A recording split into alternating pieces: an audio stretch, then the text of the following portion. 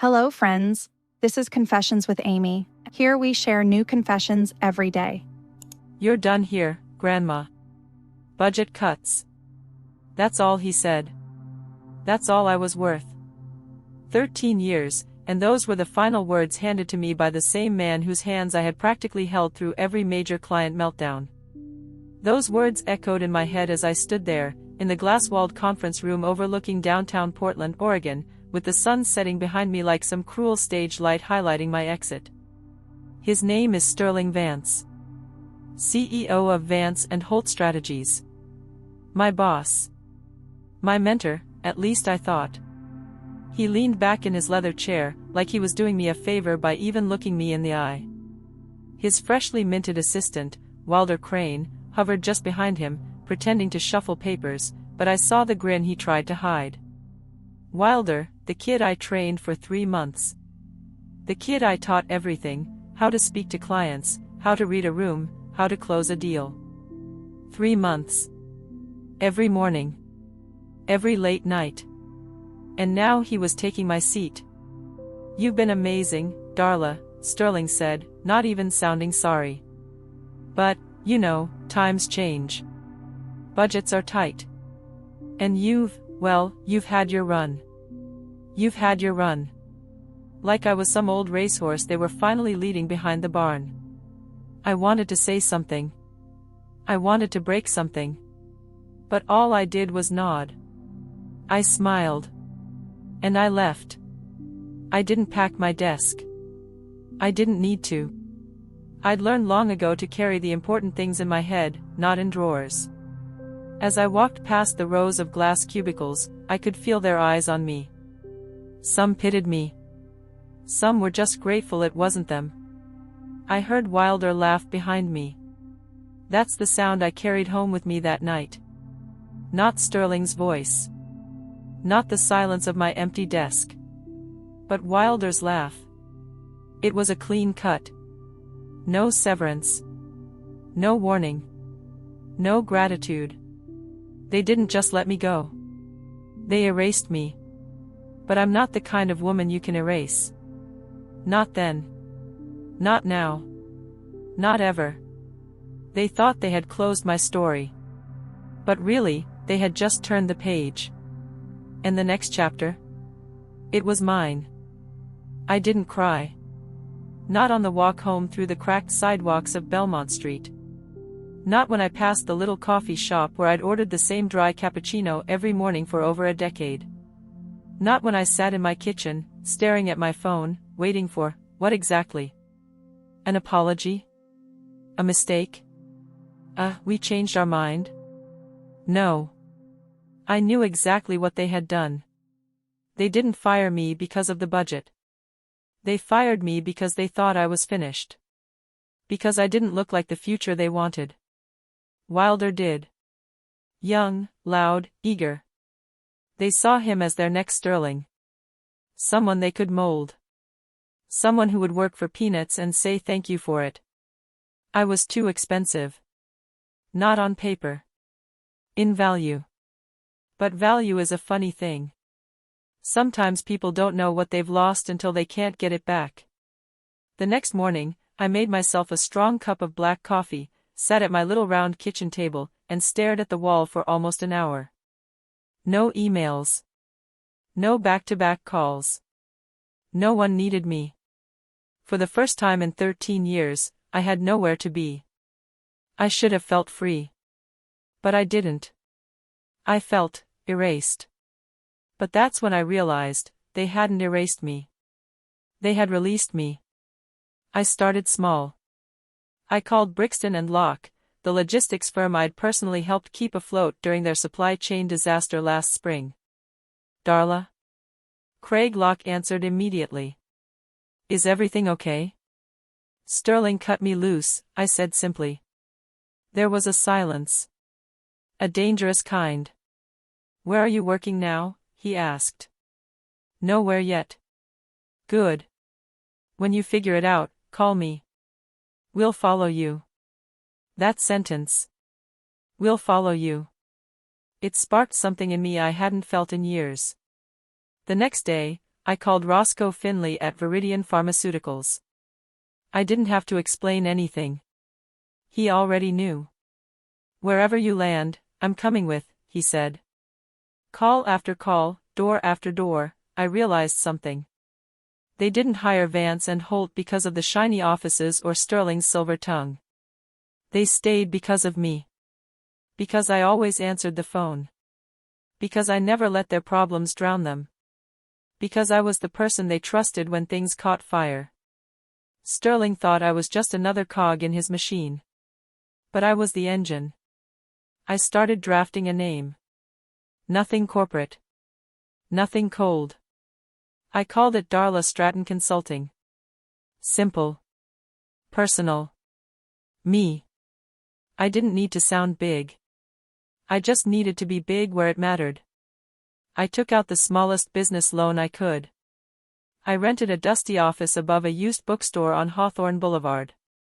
My first desk was a folding table. My first chair wobbled. But that office, it felt like oxygen. It felt like the start of something. I wasn't just going to survive. I was going to make sure that when Sterling realized what he'd done, it would already be far, far too late. The first official day of Darla Stratton Consulting started with a flickering light, a broken coffee maker, and a parking ticket. Perfect. But none of that mattered when my phone buzzed. It was Craig Locke. "We're pulling the account from Vance and Holt," he said, straight to the point. "I want you to handle us exclusively." I gripped the phone a little tighter. "Craig, that's a big move. Sterling won't let that go quietly." Craig laughed, low and sharp. "Sterling's problem, not mine. We stayed because of you. We leave because of you. Simple math." It wasn't just about me landing a client. It was about me taking one of their clients. When the paperwork was signed, I sat at my shaky desk and stared at the contract. Not a maybe. Not a verbal agreement. A real signature. My first. It felt like knocking over the first domino. And dominoes, they don't fall slowly. Within 2 weeks, Roscoe Finley pulled Viridian Pharmaceuticals from Vance and Holt. 3 other clients followed. One by one. Quietly. No press releases. No drama. Just a slow, steady migration toward me. I didn't chase anyone. I didn't have to. They called me. Sterling noticed. I know he did. The first time he called, I ignored it. The second time, I answered. "Darla," he started, voice slick and falsely warm, "it's come to my attention that some of our mutual clients have been misdirected." I let the silence drag. Misdirected? No, Sterling. They chose. You're poaching, Darla. You know that, right? You're building on what I built. I could almost hear his teeth grinding. "Actually," I said calmly, "I'm building on what I built. You just happen to have your name on the door." His voice dropped cold. "You won't get far, you know. You're small. You're alone.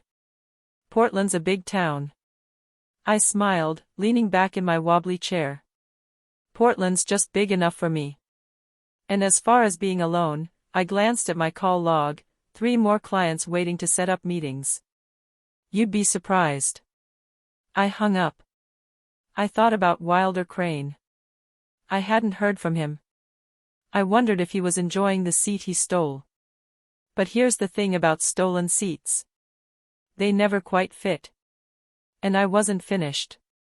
Not even close. Because this wasn't just about survival anymore. This was about teaching them what happens when you bet against the wrong woman. It didn't take long for Sterling to show his true hand. One morning, I walked into my little office above the bookstore and found a letter taped to my door. Thick envelope. No return address. Inside? A cease and desist. Poaching clients, they called it. Unfair competition. Breach of non-compete. I read every word carefully, twice, then folded it neatly and tossed it into the trash. Sterling wasn't asking me to stop. He was trying to scare me into quitting. I wasn't scared. But that's when the real game started. Craig Locke called me, furious. Darla, Vance and Holt are undercutting us on every deal now. Out of nowhere. They're offering prices they can't sustain just to block us. It wasn't business anymore. It was personal. They didn't want to win. They just wanted me to lose. Calls from other clients came fast, new, exclusive offers from Sterling's team, slashed pricing, empty promises of extra resources. I knew the playbook. I wrote half of it when I worked there. I used to be the one Sterling sent to clean up competitors. I used to be their secret weapon. But now? I was the target. They even went after my new hires. 2 young assistants I'd just brought on board, both received surprise offers from Vance and Holt within days. Flashy titles. Bigger salaries. Signing bonuses. One of them took it. The other, Jade, stayed. She walked into my office that afternoon and said, "I'm not going anywhere. They don't get to buy me." I looked at her. All in, or not at all? Okay then, I said. Let's get to work. If Sterling wanted a war, I'd give him one. I called Craig. I called Roscoe. I called every client who had ever trusted me and told them exactly what was happening. I wasn't just playing defense. I went on offense.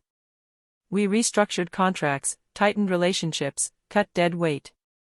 I gave clients something Sterling couldn't, me. I answered my phone at midnight. I drove across town for last-minute meetings. I fixed problems before they knew they had them. And slowly, quietly, the clients who had stayed with Sterling started to drift. They saw the cracks. They heard the rumors. And when they called, I picked up. Calm, steady, ready. Wilder Crane? He never called. But I started hearing things. He wasn't doing well. Clients were slipping through his fingers. He was in meetings he couldn't handle. His deals were collapsing. Turns out, you can't inherit trust. You have to earn it. Sterling had bet on the wrong horse. And now, the ground was shifting under his feet. But I knew Sterling. He wasn't going to go quietly. I could feel it coming, the last move. The desperate one. And I was ready. It came fast. And it came dirty. One Monday morning, Jade stormed into my office, her face pale, her phone shaking in her hand. "You need to see this," she said, thrusting the screen toward me. It was an anonymous email blast sent to nearly every major client in Portland. Darla Stratton, former employee of Vance and Holt Strategies, under legal investigation for breach of contract and misappropriation of confidential data. False. Every word. But the email was slick, official-looking, with just enough legal language to plant doubt. It didn't come from Sterling's company account, of course. It came from an untraceable burner domain. But I knew exactly who wrote it. I knew that language. I'd written those emails for Sterling once upon a time, to quietly ruin the competition. Now I was on the receiving end. Within hours, I got the calls. Craig Locke's assistant. Roscoe's legal team. 3 other clients. "Darla, we need to talk. Darla, this could be a liability. Darla, we might need to pause our contract until this clears up." It wasn't about truth. It was about fear. I sat at my desk, the weight pressing on my shoulders. This was the move Sterling was saving. The reputation kill shot. The old me, maybe I would have folded. Maybe I would have gone quiet, tried to ride it out. But not now. Now, I was playing my own game. I called every client personally. I didn't hide. I didn't spin. I told them exactly what was happening. I sent them copies of my contracts, my exit paperwork, Every clean dotted line that proved I had walked out without taking a single piece of their data. I didn't panic. I didn't beg. I just told them the truth. Because some people trade in fear. I trade in trust. And trust isn't built in moments like these, it's revealed. Not everyone stayed. But the ones who mattered. They did. Jade and I traced the email. It took us a week, but we found it. Sterling's old IT guy, he used a third-party server that linked back to a freelancer on Vance and Holt's payroll. Sloppy. I sent the evidence to my lawyer. Not to sue. Just to let Sterling know, I knew. When I called him, he picked up on the first ring. Maybe he expected me to be angry. Or crying. Or defeated. I was none of those things. Nice email you sent, I said, voice steady. There was a pause. You can't prove it was me. I don't have to, I said. You already did. He didn't respond. I let the silence choke him. Then I said something I knew would land where it hurt most. You're not losing to me, Sterling. You're losing to the version of yourself that you never had the courage to become. Click. I ended the call. There were no more emails after that. No more attacks. No more games. Just silence. The kind of silence that sounds like losing. Some victories are loud. Mine wasn't. Mine was the quiet kind, the kind you feel in the stillness of your own home, with a cup of coffee and no one left to answer to. 2 years later, Darla Stratton Consulting is thriving. We didn't become some corporate empire. I never wanted that. What I built was better. We became the company people trust when their world is on fire. When things fall apart, they call us. The clients who stayed. They're more than clients now. They're partners. Friends. They never cared about the shiny offices or the corporate fluff. They cared about people who would show up when it mattered. Wilder Crane? He didn't last. I heard he jumped ship to some tech startup after Vance and Holt started hemorrhaging clients. He wasn't built for the long haul. Sterling Vance? His company is still standing. But smaller. Quieter. People remember things, even if they don't say them out loud. His name doesn't open doors like it used to. I ran into him once, actually. A random afternoon at a coffee shop on Alberta Street. He looked older. Tired in the way that clings to a man who knows he lost something he'll never get back. I nodded politely. He looked like he wanted to say something. Maybe an apology. Maybe an excuse. But I didn't wait to hear it.